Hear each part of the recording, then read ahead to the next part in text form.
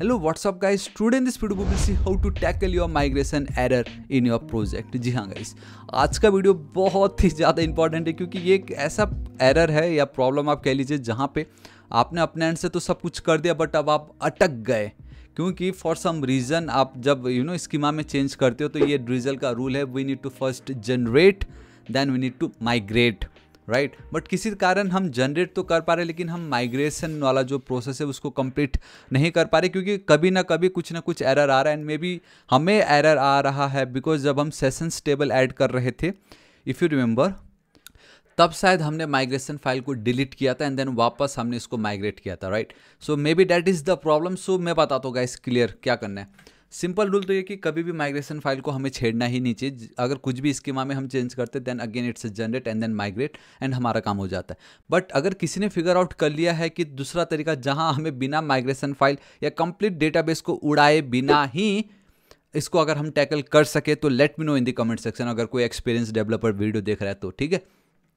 But अभी मैं क्या करना चाहूँगा, हमने देखा इंट्रोस्पेक्ट बहुत सारी चीज़ें करके देखी, बट सिंपल तरीका मैं ये बताना चाहूँगा कि गाइस माइग्रेशन फिर से आप उड़ाओ ना। दिस टाइम सिर्फ माइग्रेशन फाइल उड़ा के कुछ होने वाला नहीं है। सो गाइस आप देख सकते हो कि हमने हमारा जो डेटा माइग्रेशन फाइल जो है उसको डिलीट कर दिया है। आपको बिल्कुल टेंशन नहीं लेना है क्योंकि हमारा कोड अभी इतना कोई प्रोडक्शन रेडी कोड इतना कुछ हुआ नहीं है, तो ये एकदम सेफ है, ठीक है। एंड आई जस्ट रियलाइज हमने एक मिस्टेक ये की, जब भी आप आईडी क्रिएट करते हो किसी भी टेबल में it has to be your primary key, right. तो नॉट नल लिखने की नीड ही नहीं है, प्राइमरी की आपको करना है इसको बस, ठीक है। इतना हमारा काम हो गया है। Now we need to create our database. अब आप डेटाबेस को क्रिएट करने के लिए माईस्क्यूएल का सेल स्टार्ट कर सकते हो या तो वर्कबेंच स्टार्ट कर दो आप, ठीक है।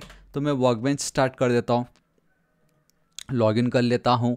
एंड आप देख सकते हो ऑलरेडी मैंने एक कोड लिखा हुआ है जहाँ पे बहुत ईजिली हम डेटाबेस क्रिएट कर सकते हैं, बट इसका नाम मैं चेंज करना चाहूँगा नोड अंडरस्कोर, ठीक है, नोड ऑथ माईस्क्यूएल, कुछ इस तरीके से सिलेक्ट करना है आपको एंड देन सिंपली इसको रन पे क्लिक कर देना है।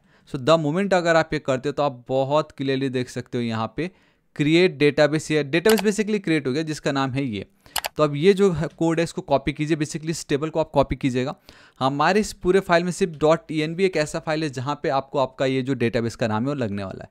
तो यहाँ पे जाके आप उसको चेंज कर दो, कंट्रोल S सेव करो, ठीक है, कंट्रोल S सेव कीजिए, यहाँ पे आइएगा, एक बार क्लियर कर दो एंड या दिस इज इट। इतना आप करते हो तो आपका ये काम हो चुका होता है। एक बार इस प्रोजेक्ट को रन कर दो बस नाम के लिए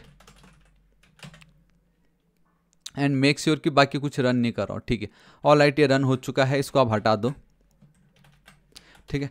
तो देखो हमने डेटाबेस क्रिएट करके यहाँ पे वो पेस्ट कर दिया। तो अब हम जो भी कुछ करने जा रहे हैं एकदम ब्रांड न्यू अपने डेटाबेस पे करने जा रहे हैं जहाँ पे अभी तक हमने जनरेट माइग्रेशन कुछ किया ही नहीं है, राइट। तो सिंपल अब आप यही कीजिए, npm रन जनरेट कीजिए, ठीक है। तो यहाँ पे तो आप बहुत क्लियर देख सकते हो कि एक सेकेंड, 4 जो टेबल्स है वो बन के रेडी है, sessions, short links, users and is email valid, ठीक है, okay. So npm run db and then migrate. After generate we need to obviously migrate करना ही पड़ता ताकि वो रिफ्लेक्ट हो। एंड ओके ओके ओके, हमारा काम हो चुका है, कोई एरर नहीं है, कुछ वार्निंग नहीं है। अब मैं यहाँ पे चलना चाहूँगा npm run and then dev, ठीक है।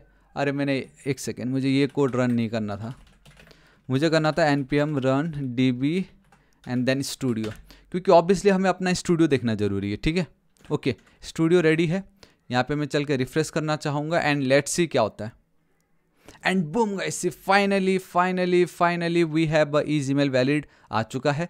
यूजर्स पे अगर मैं चलता हूँ, ओके यूजर्स पे ऑलरेडी हूँ लगता है, देखो यूजर्स पे by default is email valid. कल की वीडियो में ये जो इज ईमेल वैलिड था वो नहीं आया था, बेसिकली उससे एक वीडियो पहले।